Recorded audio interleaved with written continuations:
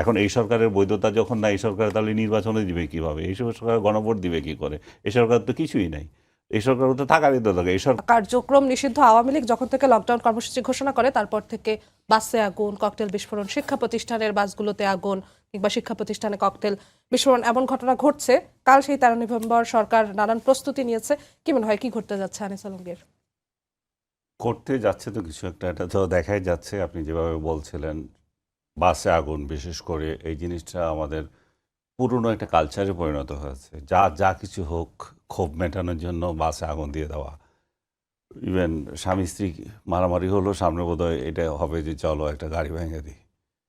এই পরিস্থিতি যখন চলে তখন তো মানুষ একটা আতঙ্কগ্রস্ত অবস্থায় চলে। পুরো নগরীতে আমি দেখছি আতঙ্কগ্রস্ত অবস্থা। আমি যখন এখানে আসছিলাম রাস্তায় গাড়ি নেই। তো এই যে শিক্ষা প্রতিষ্ঠানগুলো বন্ধ হয়ে গেছে এবং তারা অনলাইনে ক্লাস করছে অনেকে, তো সব জায়গায় একটা স্থবিরতা আছে। এই স্থবিরতা আপনি যেভাবে বলছিলেন নিষিদ্ধ ঘোষিত আওয়ামী লীগের, আমি বলবো যে পলাতক কিছু নেতা বাইরে থেকে এই কর্মসূচি দিয়েছে। দেশে তো কেউ নাই তারা। এটা সেই কর্মসূচিতে আবার যারা অংশ নিচ্ছে তারাও পলাতক, তারাও প্রকাশ্যে কেউ না। তো এরকম অপ্রকাশ্য একটা নেতাদের, অপ্রকাশ্য কর্মীদের একটা আন্দোলন কতটা সফল হবে এটা আমি সন্দিহান। কিন্তু এটা বলা যায় যে সরকার একটা কাঁপুনি ধরিয়ে দিয়েছে এটাতেও, যে সরকার যে প্রস্তুতি নিয়েছে, যেভাবে রিয়্যাক্ট করছে, যেভাবে আওয়ামী লীগ করছে গত কয়দিন ধরে, উপদেষ্টা থেকে শুরু করে অন্যান্য ব্যক্তিরা, এবং প্রায় ৮ লক্ষের উপরে আইনশৃঙ্খলা রক্ষাকারী বাহিনী এখানে নিয়োজিত করেছে। সরকার এটাকে কীভাবে বারবার বলছে আমরা এটা প্রতিরোধ করবো, আওয়ামী লীগের এই শক্তি নাই যে তারা রাস্তায় দাঁড়াতে পারবে। কিন্তু একই সঙ্গে বলা হচ্ছে শক্তি নিয়ে আবার প্রস্তুতিটাও অনেক বড় অবশ্যই সড় রাখলে নেওয়া সেটা হচ্ছে। থাকা উচিত, সরকারের থাকবে না কেন? সরকারের দায়িত্ব হচ্ছে এই ধরনের যে কোনো ধরনের বিশৃঙ্খলাকে প্রতিরোধ করবে। দুঃখিত যে আমরা এগুলো অতীতও দেখেছি, কিন্তু যেটা অ্যাট্রসিটির, এটা দমন করতে গিয়ে যদি আবার এমন অবস্থা আমি তৈরি করি যেটা জুলাইতে হয়েছিল, তাতে আবার সরকারও আবার বেকায়দায় পড়ে যায়, তাদেরও আবার বদনাম হয় যে আপনি এভাবে করলেন কেন, এভাবে মারলেন কেন। তো সেই জায়গায় আমি মনে করি যে দুই পক্ষেরই একটা একটা সহনশীলতা দেখাবে। সবচেয়ে বড় কথা হচ্ছে মানুষের জীবনকে তারা যাতে মূল্য দেয়। মানুষের, আমাদের এখানে যে লোক বেশি বেশি ক্ষেত্রে আমরা দেখি দাঁড়ায় যে মানুষের জীবনের কোনো মূল্য নাই। যে লোকগুলো মারা যাচ্ছে, মনে করেন ইতিমধ্যে মারা গেছে দু একজন, এগুলোর জানি কোনো এর কোনো এর আত্মীয় স্বজন কে আছে, এ কোনো কোথাও কিছু পাবে না, যে ওর জন্য কেউ কিছু বলবে না, একটা বিবৃতিও পর্যন্ত নাই। তো মানুষের জীবনটা এদের কাছে খুব তুচ্ছ মনে হয়, এবং তাদের রাজনৈতিক চাওয়া পাওয়ার জন্য, তাদের গেইনের জন্য এই লাশের সংখ্যা আবার কত হয়, বাড়ি মানে গাড়ি কতটুকু পড়ে, আগুন নৈরাজ্য কতটুকু হয়, সেগুলোকে দিয়ে আবার পরিমাপ হয় যে এই আন্দোলন কতটা সফল হয়েছে আর কতটা বিফল হয়েছে। দুঃখিত যে আমাদের এখানে রাজনৈতিক দলগুলোর মধ্যে যেমন সহনশীলতা নাই, একটা কথা বলার সংস্কৃতি নাই, তেমনি সরকারও প্রতিপক্ষের সাথে কথা বলার কোনো সংস্কৃতি রাখে না। যে যতই প্রতিপক্ষ হোক তাদের সাথে যে কথা বলার একটা একটা লাইন চালু করা। ইসরায়েলে আপনি দেখেন, ইসরায়েল যখন হামলা করছে গাজাকে, সেখানেও তারা হামাসের সাথে আলাপের জন্য একটা চ্যানেল রেখেছে। এখানে কোনো চ্যানেল নাই। এখানে যা ইচ্ছা যে যেভাবে করতে পারে, আমি প্রতিরোধ করব, আমি ডাক দেব আর আপনি প্রতিরোধ করবেন। কারো কথা কেউ শুনছে না। মাঝখান দিয়ে জনগণ এবং জনসম্পদ এখানে ধ্বংস হয়। আর কিছু লোক আছে উৎসাহ দেওয়ার জন্য, যেমন আমি আজকে দেখলাম যে দোকান মালিক সমিতি বলছে যে আমরা দোকান খোলা রাখবো। তার মানে কি, এক ধরনের চ্যালেঞ্জ দেওয়া ইয়েদেরকে, যারা আন্দোলন করছে তাদেরকে একটা চ্যালেঞ্জ দেওয়া যে তোমরা কি করতে পারো আমরা দেখি। এটা বিগত সময় এরকম হয়েছিল হরতাল হলে। ওইটাই আমি বলতেছি। বিগত সময় আমরা দেখেছি যে এই ধরনের দিয়েছিল যে আমরা খোলা রাখবো। আপনি তো নিশ্চয়ই দেখেছেন যে শেখ হাসিনার সঙ্গে যখন গণভবনে জুলাইতে আন্দোলন যখন চরমে উঠছে, তখন এই ব্যবসায়ী শ্রেণী গিয়ে কিন্তু ওনাকে আশ্বাস দিয়েছিল প্রয়োজনে আপনার সঙ্গে আমরা কবরে যাব। আপনার কে না ছিল ওনার সঙ্গে, সাংবাদিক থেকে শুরু করে পরামর্শ দেওয়ার জন্য ব্যবসায়ীরা, শিল্পী, সাহিত্যিক সবাই তো পরামর্শ দিয়েছে। পরামর্শ দেওয়াতে কেউ কারো থেকে পিছিয়ে ছিল না। তো এরকম পরিস্থিতিতে আমরা যেটা জরুরি মনে করি সেটা হচ্ছে যে সবার সহনশীলতা, সবার শুভবুদ্ধির উদয় হওয়া। সেটা না হলে জনগণেরই ক্ষতি হবে এবং জনগণই সেটা সাফার করবে। তারা কি কারণে এটা করবে, একটা জিনিস বলছে যে 13 তারিখ, আপনি যেটা বলছিলেন 13 তারিখে শেখ হাসিনার বিরুদ্ধে যে মামলা মামলা চলছে তার রায়ের একটা তারিখ ঘোষিত হতে পারে। এখন তারিখ ঘোষিত হতে পারে, সেই ডেটে যদি এই অবস্থা হয়, পরবর্তীতে কি অবস্থা হবে? আমরা বারবার বলছি, আমি নিজে ব্যক্তিগতভাবে বলি, একটা রাজনৈতিক দলকে আমরা নিষিদ্ধ করেছি, কিন্তু এমনভাবে আমরা তাদেরকে এমন কিছু করব না। কার্যক্রম নিষিদ্ধ ঘোষণা। কার্যক্রম নিষিদ্ধ করেছে, কিন্তু আমরা এমন কিছু করব না। কার্যক্রম নিষিদ্ধ মানে কি? তার কথা যারা বলে তাদেরকেও তো জেলে দিয়ে দিচ্ছি। এখানেও তো গণতন্ত্র বলে কিছু নাই। সো আপনি যখন এমন একটা পরিস্থিতি তৈরি করবেন, তারা তখন জঙ্গিবাদে চলে যাবে, জঙ্গি রাজনীতিতে চলে যাবে, তখন ধ্বংসাত্মক রাজনীতিতে চলে যাবে। এবং এই ধ্বংসাত্মক রাজনীতি তখন দেশের কালচারের জন্য, দেশের সুনামের জন্য, অর্থনীতির জন্য, বিদেশের আমাদের যে বিনিয়োগের জন্য সর্বক্ষেত্রে এটা একটা বাধা হয়ে দাঁড়াবে। সো রাজনৈতিক সহনশীলতা যেমন আমরা চাইবো, তেমনি চাইবো যে আলোচনার আওয়ামী সংস্কৃতিটা লীগের জন্য চালু একটি হবে। দরজা খোলা রাখা উচিত ছিল এমনটা। আমি মনে করি যে আওয়ামী লীগ নয়, যে কোনো রাজনৈতিক দল, ইভেন নিষিদ্ধ ঘোষিত বাংলাদেশে কতগুলো টেরোরিস্ট অর্গানাইজেশন আছে, বলে না জঙ্গি সংগঠন অমুক তমুক, তাদের সাথেও আলোচনার একটা পথ রাখা উচিত। আপনি পথ কেন রাখবেন না? পথ না রাখলে আপনি তার মতামতটা তো জানতে পারছেন না, তার কষ্টটা কোথায়, সে কি চায়, সে কেন চায়, এবং তার যে চাওয়াটা সেটা কতটুকু ন্যায্য। যদি অন্যায্য হয় তাকে আমি প্রতিরোধ করব, তাকে বলবো যে তুমি এটা চাইতে পারো না, এটা তোমার এর মধ্যে পড়ে না। সে আওয়ামী লীগ হোক আর যে রাজনৈতিক দলই হোক। আপনার কাছে আবার আসবো মার্জিয়া মমতাজ, আপনার কাছে একই প্রসঙ্গে শুরুতে আসতে চাচ্ছি যে 13 নভেম্বর কি ঘটতে চাচ্ছে। যেমন আনিস আলমগীর বলছিলেন যে যাদের বেশিরভাগ নেতাকর্মীরা বিদেশে আছে, দেশে নেই, পলাতক অবস্থায় আছে, দেশে থাকলেও যারা সামনে আসছে না, তাদের ঘোষণায় এমন একটা পরিস্থিতি তৈরি করা, তাও তারিখ ধার্য হবে রায়ের তেমন একটি দিনে, সরকারকে কাঁপুনি দিয়ে দেওয়া, এমন একটি কথা বলছিলেন আনিস আলমগীর। কেন মানে এত জলদি 1.5 বছরের মাথায় এমন ঘটনা ঘটলো? জি, আপনাকে ধন্যবাদ। আসলে এটা 1.5 বছরের মাথায় ঘটেনি, এটা একদম শুরু থেকেই চলেছে। হ্যাঁ, আমরা দেখেছি যে পলাতক নেত্রীর ছেলে পর্যন্ত প্রকাশ্যেই হুমকি দিচ্ছেন। হ্যাঁ, এখানে একটা জিনিস লক্ষণীয়, শ্রদ্ধা আনিস আলমগীর বলছিলেন যে আমাদের তাদেরকে কথা বলার সুযোগ দেওয়া উচিত। কথা বলার সুযোগ আছে দেখেই তারা ঝামেলাগুলো তৈরি করার সুযোগ নিচ্ছে। সুযোগটা কোথায় আছে? গণমাধ্যম আছে, তারা তো গণমাধ্যমে কথা বলছে, তাদের কথা নইলে প্রকাশ আমরা হচ্ছে না। নইলে আমরা জানছি কিভাবে? গণমাধ্যম তাই না? তাদের কথা আপনি যদি প্রকাশ করছে বলেন, না। আসছি, আপনি যদি বলেন যে একজনের মধ্যেও আপনি কোনো অনুতাপ দেখেছেন আজকে পর্যন্ত? যে জুলাইয়ে নেত্রীর আদেশে যেটা হয়েছে সেটা ছিল প্রশাসনিক ক্ষমতার অপব্যবহার, বাকি আওয়ামী লীগ এরকম না। এটা বলার জন্য তো আপনার কাছে কেউ মাইক্রোফোন নিয়ে যেতে হবে না। আপনি যেখান থেকে ভয় ছড়াচ্ছেন, যেখান থেকে হুমকি দিচ্ছেন, আপনি সেখান থেকেই বলতে পারতেন। তাহলে তাদের কাছে যে উপায়গুলো ছিল, আমাদের জন্য এটা আসলে একটা শিক্ষা। আমরা দেখতে পাচ্ছি যে পালিয়েছেন হয়তো বেশ কিছু মানুষ, যারা দেশে আছে তারাও অনেকভাবে বিচ্ছিন্ন, কিন্তু তাদের ফিলসফিটা এখনো আগের মতোই আছে। এটা আমাদের জন্য একটা সাবধানবাণী। এবং আমি যদি বলি যে এখান থেকে আমাদের টেক আরেকটা নেওয়া উচিত, যে বর্তমান যে রাজনৈতিক দলগুলো এখানে আছে তাদের জন্য এটা অনেক বড় একটা শিক্ষা, যে আসলে আসল শত্রুটা কে, আমরা কার বিরুদ্ধে ফাইট করছি। এই সচেতনতা না থাকার কারণে আমাদেরকে বারবার এমন একটা ইস্যুর অপেক্ষা করতে হয় যে হয়তো হাসিনা একটা কথা বলবেন, তারপর আমরা সেটার বিরুদ্ধে একসাথে হয়ে দাঁড়াতে গেলে আমরা সবাই আবার একটু এক হব, আবার যে সেই শত্রু একটু স্তিমিত হয়ে আসবে, আমরা আবার বিভিন্ন ইস্যু নিয়ে আবার ভাগ হয়ে যাব। হ্যাঁ, তো এটা আরেকটা টেক। প্রথম কথাটা বলেছি যে এখানে কোনো রিমর্স নাই, কোনো অনুতাপ নাই। যে মাধ্যমগুলোতে তারা এই খারাপ মেসেজগুলো ছড়াচ্ছে, হুমকিগুলো ছড়াচ্ছে, এটা দেশের মানুষের জন্য খারাপ। কারণ তাদের যারা অনুসারী তারা তো 2 দিনে দল পাল্টে ফেলবে না, কিন্তু তারা একটা ভুল মেসেজ পাচ্ছে যে হ্যাঁ আমাদেরকে বাঁচাবে, সুতরাং আমি যা ইচ্ছা তাই করে ফেলি। আমি একটা কালকের ঘটনা আমি জানি না, আসলে আমরা কেউ জানি না কি হবে, কিন্তু যে কোনো ধরনের অপরাধের দায় তাদেরকেই নিতে হবে যারা এই উস্কানিগুলো দিচ্ছেন, তাই না? আর এখানে আরেকটা ব্যাপার হচ্ছে যে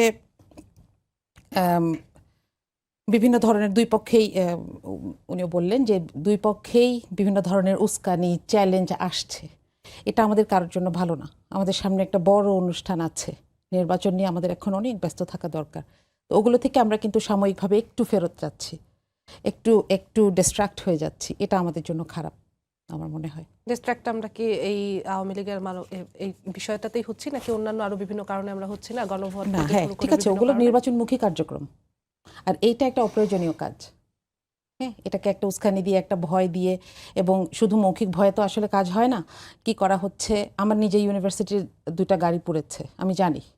হ্যাঁ, আমার ভেতরে যে ধরনের উৎকণ্ঠা আমার স্টুডেন্টদেরকে নিয়ে, এটা যে কোনো বাবা মা, যে কোনো শিক্ষক এটা ফিল করবেন। তো এভাবে কৃত্রিম ভয় দেখিয়ে যে কাজটা করার চেষ্টা করা হচ্ছে, এটা কোনোভাবেই এক্সপেক্টেড না, এবং এটা শুধু নির্বাচনকে না, মানে কার্যক্রম নিষিদ্ধ একটি দলের থেকে আর কি আশা করা যায়? এক্স্যাক্টলি। তো এখন আর তো কোনো উপায় ছিল না। তারা তো এটা করবে ঘোষণা দিয়ে করেছে, সেটা আটকানোর জন্য ব্যবস্থাটা আসলে কতটা? হ্যাঁ, এটা সরকারের ঠিকঠাক হয়েছে? দায়িত্ব, এবং আমরা দেখব যে আগামীকাল কি হয়, এবং এর মধ্যেও যে ঘটনাগুলো ঘটেছে সেগুলোর জন্য কাউকে অ্যারেস্ট করা হয়েছে কিনা সেগুলো তো আমরা দেখছি। হ্যাঁ, একটা দুর্বল সরকার যখন, আমি সরকারকে বলবো যে সরকার এখানে সঠিক ভূমিকা রাখছেন না, কারণ এখানে অনেক বেশি শক্ত হাতে দমন করার দরকার ছিল। এখনো আপনি দেখবেন গণমাধ্যমে নাম বলা হয় না, বলা হয় একটি দল, একটি দেশ। হ্যাঁ, আমরা কাকে সহ্য করছি, কাকে লুকাচ্ছি, কাকে আড়াল করছি, তাই না? আরেকটি বিষয় একটু যুক্ত করতে চাই। আনিস আলমগীর বলছিলেন যে আওয়ামী লীগের জন্য একটি আলোচনার দরজা খোলা রাখা থাকলে জি।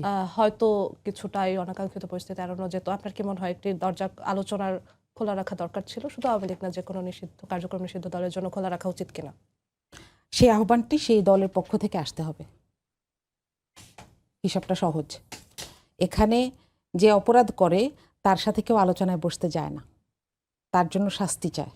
এখন সে যদি বলে যে আমি আলোচনায় বসতে চাই, আমি একটা সমঝোতা চাই, তাহলে সেটা বিবেচনা করা হবে কিনা সেটা পরের কথা, কিন্তু আমরা তো আগে এটা দেখতে চাই তারা চেয়েছে কিনা। আপনার কাছে আবারও আসবো। আনিস আলমগীর, আপনার কাছে আসতে চাই যে বিগত কয়েকদিন ধরে আমরা দেখলাম রাজনৈতিক দলগুলো যারা অবিভক্ত ছিল তাদের মধ্যে বিভক্তিটা দৃশ্যমান, বিভাজনটা রয়েছে, এমনকি নিজ দলের মধ্যেও মনোনয়ন নিয়ে বিভাজন স্পষ্ট লক্ষ্য করা গেছে। এই যে বিষয়গুলো, নিজেদের মধ্যে ঐক্যের ঘাটতি, বিভাজন, এক দলের বিপক্ষে আরেক দলের রাজপথে থাকার হুঁশিয়ারি, এগুলো কি আসলে এই আওয়ামী লীগের কার্যক্রমকে আরো সহজ করে দিল কিনা বা দিচ্ছে কিনা? কিছুটা তো অ্যাডভান্টেজ তারা নেবেই, কারণ আওয়ামী লীগ যদি দেখে যে তার প্রতিপক্ষ যারা আছে তারা সিমেন্টেড না, তারা আগের মতো ঐক্যবদ্ধ নেই, যেটা তাদের সঙ্গে যেটা করেছিল, যেটা 5 আগস্টের আগে যেভাবে তাদের বিরুদ্ধে লেগেছিল একসঙ্গে সব রাজনৈতিক দলগুলো, সেটা ঐক্যমত্য কমিশন করে দিয়ে সেটার আরও অনৈক্য সৃষ্টি করে চলে গেল। তো সেই অবস্থায় তো তারা সুযোগ নিতেই পারে, অস্বাভাবিক কিছু না। সেক্ষেত্রে রাজনৈতিক দলগুলোর সদিচ্ছা কিংবা ভূমিকা কি হওয়া উচিত ছিল? রাজনৈতিক দলগুলোর সদিচ্ছা একটাই, রাজনৈতিক দল এবং সরকার সবার ফেব্রুয়ারিতে নির্বাচন দিয়েছে, নির্বাচনটা কিভাবে দ্রুত, সুষ্ঠু এবং স্বচ্ছতার সঙ্গে হয় সেটা নিশ্চিত করা। আমি এখানে বলতে পারি ইনক্লুসিভ ইলেকশন করা, যেটা ইনক্লুসিভ তারা এটা তো বাদ দিয়ে দিয়েছে, তাদের এটাতে আর নাই। যদি ইনক্লুসিভ করতো তাহলে সেটাতে বরং আরও জোরালোভাবে একটা ঐক্যবদ্ধভাবে এই রাজনীতি এইটা সফল হওয়ার একটা পেতাম আমরা, যে এটা সফল হবে। আজকেও আমি দেখলাম যে ব্রিটিশ এমপি একটা বিবৃতি দিয়েছে, আপনি দেখছেন কিনা জানি না, ব্ল্যাকম্যান, সে বলছে বাংলাদেশের রাজনৈতিক দলগুলো বাংলাদেশ সরকারকে বলেছে একসাথে এই যে এই অধিকার, রাজনৈতিক দলগুলোর অধিকার যাতে দেয়, স্পেশালি আওয়ামী লীগকে যেভাবে নির্যাতন বা আদার্স অ্যাক্টিভিটিস করা হচ্ছে সেটা যাতে না করা হয়, নির্বাচনে আনার জন্য। তো বাংলাদেশের রাজনৈতিক দলগুলো আমরা যেটা মনে করি যে অতীতে যে সমস্ত নির্বাচন হয়েছে একদলীয় নির্বাচন, সেই একদলীয় নির্বাচনের আবার যাতে একদলীয় বলতে একমতের লোকগুলো, সে আবার যাতে একটা কলঙ্কময় ইলেকশন না হয় সেটার জন্য আমরা চাওয়া। কিন্তু রাজনৈতিক দলগুলো যদি ডিসিশন নেয় যে না আওয়ামী লীগকে আমরা রাখবোই না, আমরা একা ইলেকশন করব, করেন, সেটাও সেই করেন, সিদ্ধান্ত তো নিয়ে নিয়েছেন, সেটাও ঠিক মতো করেন, সেটাও তো পারছেন না, সেটা আপনারা করেন এবং একটা নির্বাচিত রাজনৈতিক শক্তিকে আপনারা ক্ষমতা দেন। সেটা হলে কি হবে, সেটা হলে মানুষ একটা স্বস্তির নিঃশ্বাস ফেলবে। মানুষ আপনার গণভোট করবেন কি না করবে সেটা নিয়ে মাথা ঘামাচ্ছে না। মানুষ ঘামাচ্ছে পেঁয়াজ আলুর দাম বেড়ে গেল কেন, মানুষ ঘামাচ্ছে আমার চাকরি চলে যাচ্ছে কেন, গার্মেন্টস কারখানা বন্ধ কেন, মানুষ এগুলো নিয়ে চিন্তা করছে। মানুষ বিনিয়োগ দেখছে না, মানুষের দুশ্চিন্তা অন্য জায়গায়, মানুষ খেতে পারছে না। মানুষ দেখছে যে গ্রামে আগে যে কলহ ছিল সেই কলহ থেকে 100 গুণ কলহ বেড়ে গেছে। মানুষ দেখছে অর্থনৈতিকভাবে সে বরাবরই দুর্বল হয়ে যাচ্ছে। তো তো মানুষের চাওয়াগুলো আমরা যদি পূরণ করতে পারি, রাজনৈতিক দলগুলো যদি সেটা পূরণ করতে চায়, তাহলে অবশ্যই একটা নির্বাচিত সরকার দরকার। আর নির্বাচিত সরকারের একটাই মাধ্যম, সেটা জুলাই সনদ অমুক তমুক সেগুলো না, সবগুলোর উপরে হচ্ছে ইলেকশন। ইলেকশন প্রসেসে যাওয়ার জন্য যে স্ট্রাগলগুলো আছে, যে বাধাগুলো আছে, সেই বাধাগুলো ন্যূনতম সমঝোতার মধ্যে, ন্যূনতম বিরোধগুলো মিটিয়ে তারা কিভাবে নির্বাচনে যেতে পারে, সেটা হচ্ছে বড় একটা টার্গেট। এখন বলা হচ্ছে একটা দল রাজনীতিতে নির্বাচন বানচাল করার জন্য চেষ্টা করছে, এটা স্বাভাবিকভাবে সবাই ধরে নিচ্ছে, যা জামায়াতকে মিন করছে বা এনসিপি এখানে নির্বাচন করতে চাচ্ছে না, সেটা বিএনপির অভিযোগ। তো এই অভিযোগ খণ্ডনের দায়িত্ব আমি মনে করি যে যাদের বিরুদ্ধে অভিযোগ করছে তারা এই নির্বাচনে তারাও যে আগ্রহী যে ফেব্রুয়ারিতে নির্বাচনের জন্য, আমি ব্যক্তিগতভাবে মনে করি যে সব কটা রাজনৈতিক দলই আসলে ভিতরে ভেতরে চায় যে একটা নির্বাচন হোক, কিন্তু তারা উপরে উপরে তাদের অনেক বিরোধ, বিএনপি জামাত, যে তারা এই চায় ওই চায়, যে আমরা সবাই আগে এটা কি সরকারকে চাপে রাখার কোনো কৌশল? না, একজন আরেকজনকে চাপে রাখার জন্য, একজন আরেকজন থেকে বেনিফিট নেওয়ার জন্য, একজন আরেকজনকে ব্লেম দেওয়ার জন্য। এখন রাজনীতি যে খেলাটা চলছে, সেটা আগে যেটা ছিল সেটা হচ্ছে ৭১-এর রাজাকার আর নন রাজাকার। এবারের রাজনীতিতে সেটা বোধহয় খুব চলবে না, কারণ আওয়ামী লীগ যেহেতু নাই, মুক্তিযুদ্ধের শক্তি নাই এখানে, তাহলে অমুক্তিযুদ্ধের শক্তি বলে যাদেরকে করা হয়, চিন্তা করা হয়, অবশ্যই বিএনপি অমুক্তিযুদ্ধের শক্তি না, কিন্তু সেভাবে যেহেতু জোরালো না, যেহেতু ওই ট্রেন্ডিংটা ওইদিকে চলে গেছিল আওয়ামী লীগকে নিয়ে, এদের মধ্যে সে কে বিএনপি আর কে রাজাকার, কে মুক্তিযোদ্ধা আর কে রাজাকার, এটা এবার খুব বেশি জমবে না মনে হয়। তারপরও বিএনপি চেষ্টা করছে যে জামাতের ওই চরিত্রটা আনার জন্য। আপনি খেয়াল করে বিভিন্ন সময় দেখবেন, এসেছে আলোচনায়। হ্যাঁ, এটা বারবার আলোচনা আসছে যে এরা রাজাকার, এরা স্বাধীনতা যুদ্ধে কি করেছে না করেছে এগুলো আনতেছে। জামাত চেষ্টা করছে যে বিএনপিকে এইভাবে ঘায়েল করা যে তারা হচ্ছে সংস্কার বিরোধী, এরা সংস্কার চায় না, এরা ক্ষমতায় গেলে কিছুই রাখবে না, এই জুলাই বিপ্লব বলে কিছু থাকবে না, এই জাতীয় তাদের মধ্যে এটা গেম হচ্ছে।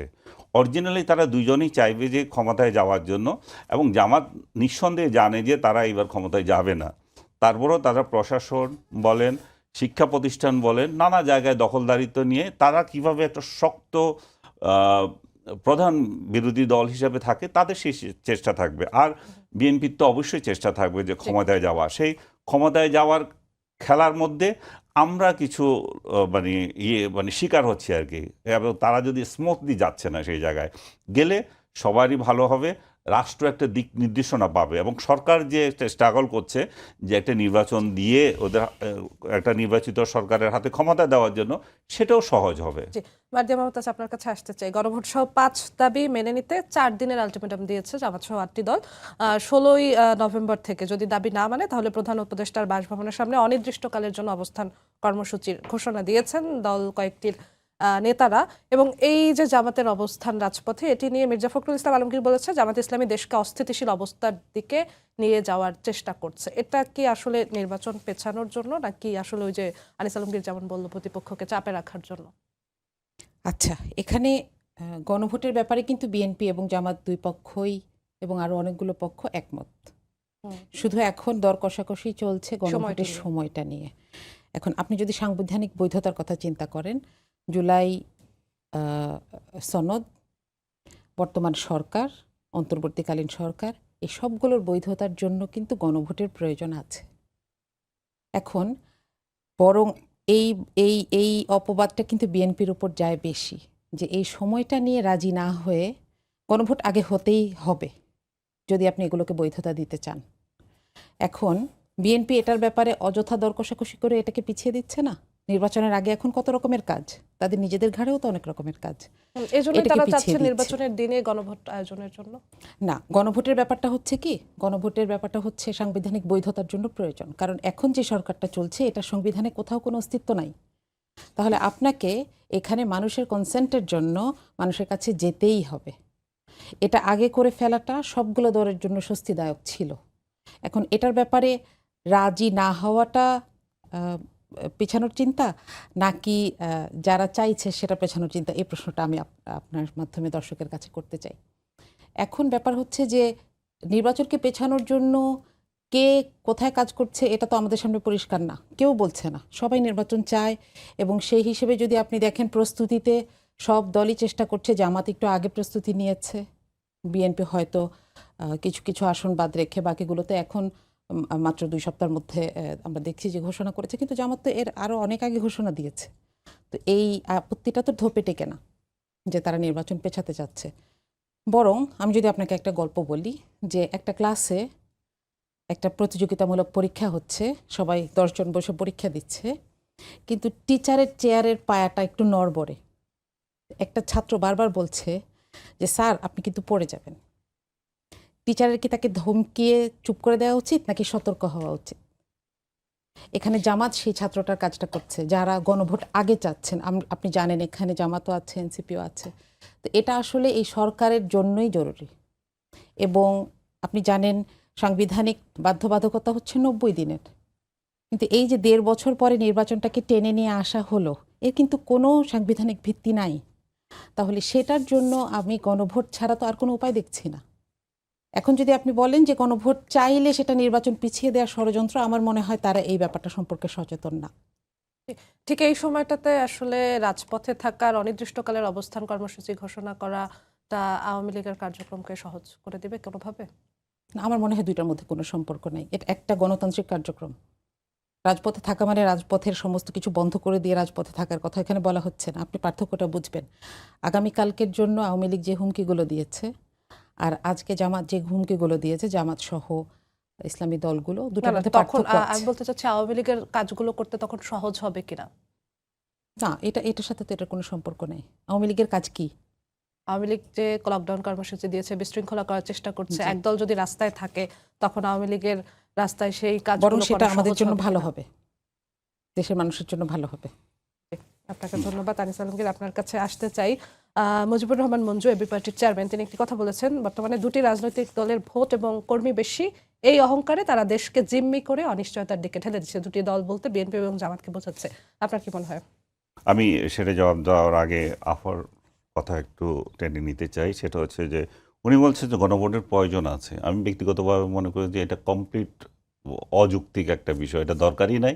তারপরেও এই রাজনৈতিক দলগুলো দুইজনই এটা এক হয়েছে, কেন হয়েছে তারা ব্যক্তিগতভাবে জানে, বাট সংবিধানে এটা কোনো বৈধতা নাই, তারপরে এটা করতে চাচ্ছে এবং বলছে সরকারের বৈধতা নাই। সরকার 106 ধারা নিয়ে, এটা সুপ্রিম কোর্টের অধিকার নিয়ে, আইনগত অধিকার নিয়ে আছে, সরকারের বৈধতা আছে। বৈধতা না থাকলে এই সরকার এতদিন চলছে না। উনি বলেন 3 মাসে এই সরকারি নির্বাচনে দেওয়ার কথা ছিল, সেটা তো নাই। 3 মাসে যে নির্বাচনে দেওয়ার কথা ছিল সেটা তো বিএনপি বলেছিল, ওনারা তো বলেন নাই। ওনারা তো তখন বৈধতা আছে বলেই এই সরকারকে চালিয়ে যেতে বলেছেন। এখন এই সরকারের বৈধতা যখন না, এই সরকার তাহলে নির্বাচনে দিবে কিভাবে? এই সরকার গণভোট দিবে কি করে? এই সরকার তো কিছুই নাই। এই সরকার তো থাকারই তো থাকে। এই সরকার সনদ করে কি করে? সনদে সাইন করবে কি করে? কালকে আবার প্রধান উপদেষ্টা বক্তৃতা দেবেন, সনদ নিয়ে হয়তো বক্তৃতা দিতে যাচ্ছেন উনি। তারপরে বৈধতা দিতে ওনারা এই যে বিষয়টা, সংবিধানে বৈধতা নাই যেগুলো বলা, এগুলো হচ্ছে যে কথার কথা। এখন আপনি কেন ইলেকশনটা আগে চান? এটাও তো তাহলে মানুষ বুঝতে পারে যে তাহলে আপনি গণভোটটা নির্বাচনের সংসদ নির্বাচনের আগে যাওয়ার আরেকটা মানে কুবুদ্ধি আছে আপনার। সেই কুবুদ্ধি হচ্ছে যে আপনি সরকারকে বৈধতা দেবেন, তখন বলবেন যে গণভোট পাশ হয়ে গেছে, এই গণভোটে ডক্টর ইউনূস বৈধতা পেয়ে গেছে, ইলেকশন এখন দরকার নাই, ইলেকশন পরে হইলে হবে। শেখ হাসিনার সরকার যতটুকু টেনিউর ছিল, শেখ হাসিনা অবৈধ কিন্তু তার টেনিউরটা ঠিক আছে, ওইটুকু পর্যন্ত গেল। এই যে জামাতের নেতাও কালকে বলেই দিয়েছে যে 2026 সালে কোনো ইলেকশনই হবে না যদি তাদের ওই দাবিগুলো না মানা হয়। তার মানে হচ্ছে যে ওনারা ইলেকশনের ব্যাপারে তখন যে অন্য সুর ধরবেন না এর কোনো গ্যারান্টি নাই। সেই জন্য বিএনপি চায় যে ইলেকশনটা দিন হোক, নির্বাচন সংসদ নির্বাচনের দিনে হোক। তাতে করে দুইটা লাভ, একটা হচ্ছে আমাদের হিউজ পরিমাণ টাকা পয়সা নষ্ট হলো না, পার্টিসিপেশন ভালো হবে। এমনি তো গণভোটগুলো আমরা দেখেছি অতীতে কোনো পার্টিসিপেশন হয় না। তারপরে হচ্ছে যে এর মাধ্যমে যে একটা সংসদ চলে আসবে, সেই সংসদের বৈধতা থাকবে, সেই বৈধতার ফলে ডক্টর ইউনূসের শাসন এখানে সমাপ্তি ঘটবে। ডক্টর ইউনূস আবার অবৈধভাবে এই টেনিউর, অবৈধ ওনার ভাষায়, যে অবৈধ টেনিউরটা আবার করতে পারবে না, এক্সটেন্ড করতে পারবে না। ওনার বৈধতা এখানে শেষ হয়ে যাবে এবং একটা নির্বাচিত সরকারের হাতে ক্ষমতা আসবে এবং নির্বাচিত জনপ্রতিনিধিরা সেখানে গিয়ে সরকারের কাঠামো কি হবে না হবে, গণভোট দরকার কি না দরকার, সব কিছু তারা ডিসিশন নেবে। তাদের প্রতি আমরা এই অগাধ আস্থা রাখতে চাই। এবার আসি আপনার প্রশ্নে, যে মঞ্জু সাহেব বলেছেন দুইটা রাজনৈতিক দলের ক্ষমতার, উনি বর্তমান বাস্তবতা নিয়ে বলছেন যে বর্তমান বাস্তবতায় দুইটা রাজনৈতিক দলের শক্তিও যদি চিন্তা করা হয়, দুইটা রাজনৈতিক দল সমশক্তির না। এখানে যদি বিএনপি আর জামাতের প্রসঙ্গ আসে, উনি তো এটাই মিন করছেন, সেই জায়গায় ভারসাম্যহীন শক্তি তাদের, এটা সমশক্তি নয়। সমশক্তির যদি কথা উঠে আসে তাহলে আওয়ামী লীগ বিএনপি হচ্ছে বাংলাদেশের সমশক্তি দুইটা রাজনৈতিক দল। এটা এক একটা অহংকারী ছিল, তাদের জ্বালায় আজকে এত বছর ধরে বাংলাদেশ সাফারার। তারা কে ক্ষমতায় থাকবে আর কে ক্ষমতায় থাকবে না সেই খেলা নিয়েই বাংলাদেশ এতদিন ধরে সাফার করছে। এখন জামাতে ইসলাম পরিবর্তিত পরিস্থিতিতে উঠে এসেছে, কিন্তু তাদের ক্ষমতা এমন হয় নাই যে বিএনপিকে চ্যালেঞ্জ করার মতো। বিএনপিকে চ্যালেঞ্জ করতে হলে তাদের আরও টাইম লাগবে।